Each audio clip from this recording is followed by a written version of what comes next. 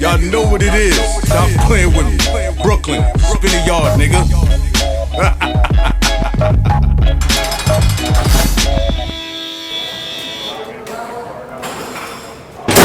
Yeah. King of Diamonds was a must-stop spot on your to-do list. Right. If the Heat played the Denver Nuggets or the New York Knicks, whoever, they're still friends. Right. So if they get in town before the game or after the game, their buddies, Dwayne Wade, everybody gonna, Posey and Udonis Haslam, let's go to KOD. Yeah. Like, yo, we same made thing it. in football. Here. Exactly. Right. Same thing with the Dolphins. You come to town. And so we had deals with different players, agents. Right. That when they come to town, they're gonna call us. Hey man, I want to make sure this guy's taken care of. I don't need no pictures taken care of him. I need him in a private spot. So we made sure everybody was very well taken care of. They didn't have no, controversy. Right. Baby mama drama. We was good. They was able to get their thing going without any trouble. Yeah.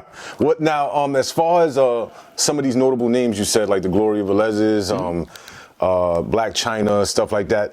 Did you encounter like any controversial stuff while managing? Well, I wouldn't say, when you say managing, I wasn't personally managing them. Owning the as the club, you want to make sure that your employees and everybody that you or your independent contracts or wherever taken care of. Then they get their just deserves. You wouldn't let nobody just take advantage of them and trying to use them to up themselves and while they're down and they're damaging their reputation. So we made sure that, I had dance managers. Okay. Who handled the day-to-day operation and the needs of the girls. We had house moms. We had general managers. We had assistant managers. So everybody had different levels of responsibilities. I'm just the overseer. I institute the rules and they have to, and they apply them, right. to make sure that things from dress codes to hairstyles to what you look like, how you wear, how you conduct yourself. The DJs, everybody, the security, everybody got a special dress code. Nobody's walking around with a security shirt on. Everybody walking around in a tuxedo. Right. High end shit. Exactly. So the transitions that you made, because I see you as a business mogul, right? You transition from being in the sports field, right? Yes. Being in movies. Yes. Right? You've been in some classic movies. You played fighters. You played different roles. Yep. And then you transition into the specialty insurance thing. Well, everything just parlayed into the next. Yeah, that's what I'm saying. Like how, like you had no interest in it, right? I had no interest in insurance at all. At that time, my girl, my fiance, who I was dating, she was in the insurance business. Okay. And she told me, you would be great as an insurance. You know how to sell some shit. Yeah, you know how to sell any damn thing. Right. So she the one got me in the insurance business, where we had insurance agents in all the car dealerships around the state of Florida, around South Florida. And I just happened, because I collect specialty cars, the Rolls Royces and high-end cars, you got out there, that I had a problem insuring them. So I acquired access to Lloyd's of London, Fireman's Fund, Chubb, K&K, that also just happened to insure special events. And nobody else was doing it at that time. They said, you have access to artists? And I said, yeah. I said, I can get anybody. LL Cool J, I got the Beastie Boys, I got NWA, because I was doing the magazine. Right. So everything connected. So they said, well, we can insure those concerts. We want that business. I said, you do? Golf tournaments, hole-in-one competitions, parades, music conferences. Yeah, okay. So before you knew it, I'm the one sending them all this stuff. So I became the man in that game.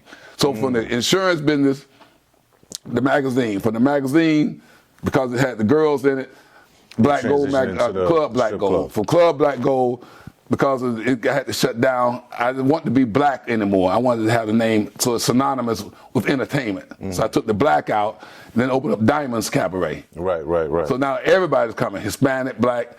Then from Diamonds Cabaret, King of Diamonds. Got you. So that's how that parlayed. Wow, that's amazing. That's a crazy journey, but a great journey, right? Because it always elevated you to something more. Exactly. Right? And then from there, also during this time, I went on and got my doctorate degree. Right. In sports psychology and clinical hypnotherapy. So I became, the sports psychologist for some of the biggest name athletes in the world. How were you juggling all of this at one time? I always had time. I always had time. That is a lot, man. But that's amazing, because you see a lot of people that come from your era, right? The early, the 80s, the 90s, early 2000s, and they lose steam after a while. Believe it or not, I reinvent myself every 10 years. That's what I'm noticing. So I don't get bored with anything too long. Right. I keep it moving. I'm always looking for my next transformation. Right. How do you transition now with the age of social media, right? And you always marketing and owning in a physical aspect, right? Rather than online, right? Well, no, I got something that will blow your mind now. Can you talk about it? Or? Yeah, I can talk about it. Okay. It's going to be released very shortly. It's called KOD Fans. KOD Fans is like OnlyFans, but it's a virtual, where you can actually virtually go into the club when you put on the Oculus headset. Yeah. Like me and you sitting right here, you and I sitting right here. It was like you can be right here with the girl, but you're actually in the club, and you can get everything except the touch and the smell. I mean, you got all the physical, the visual right there in front of you. So between that, everybody want me to do consultation. Everybody want to know how I did, what I did, and nobody want to stick to the rules. They want to do it their way. You want to do it the shortcut. You want to add your own spices, but you can't. There's a proven rule to run a strip club, a proven guaranteed method, but everybody don't want to do it.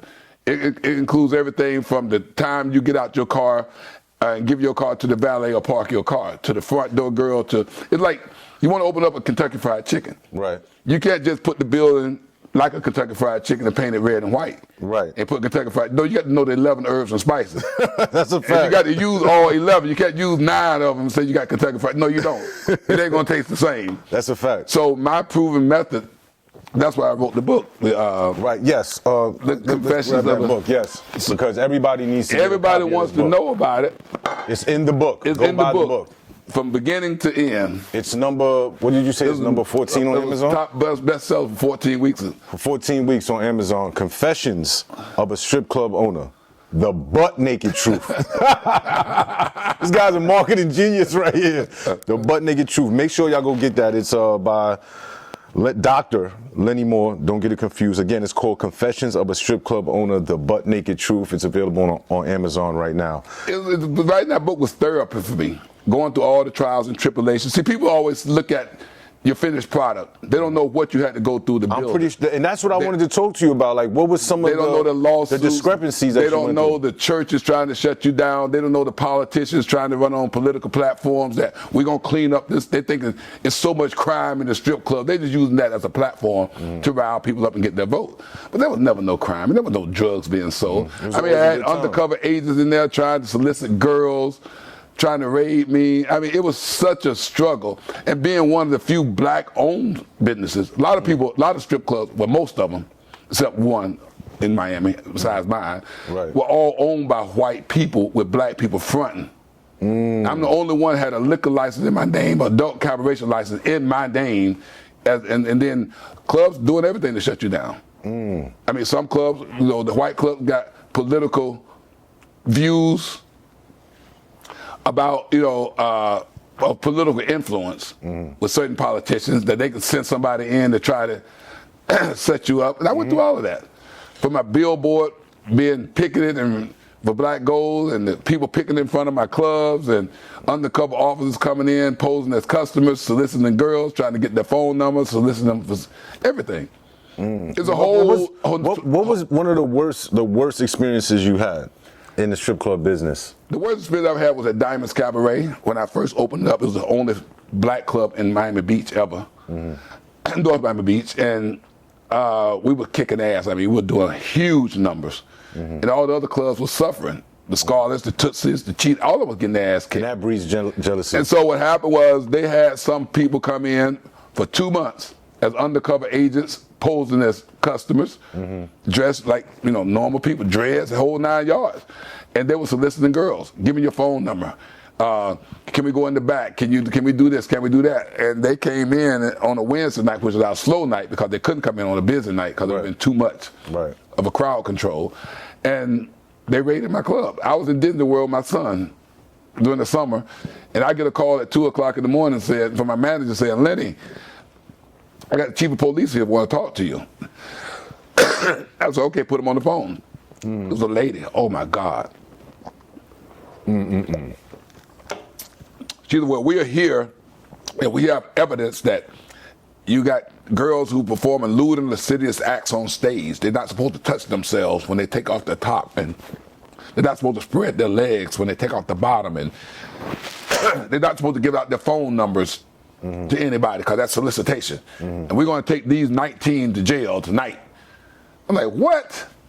So I had to cut my vacation short, drive from Orlando to Miami, get here early in the morning, and make sure none of the girls plead guilty, have my lawyer put up bail for all 19 of them, bond them out, and fight their case. Because they wanted to shut me down for 150 days. Y'all know what it is.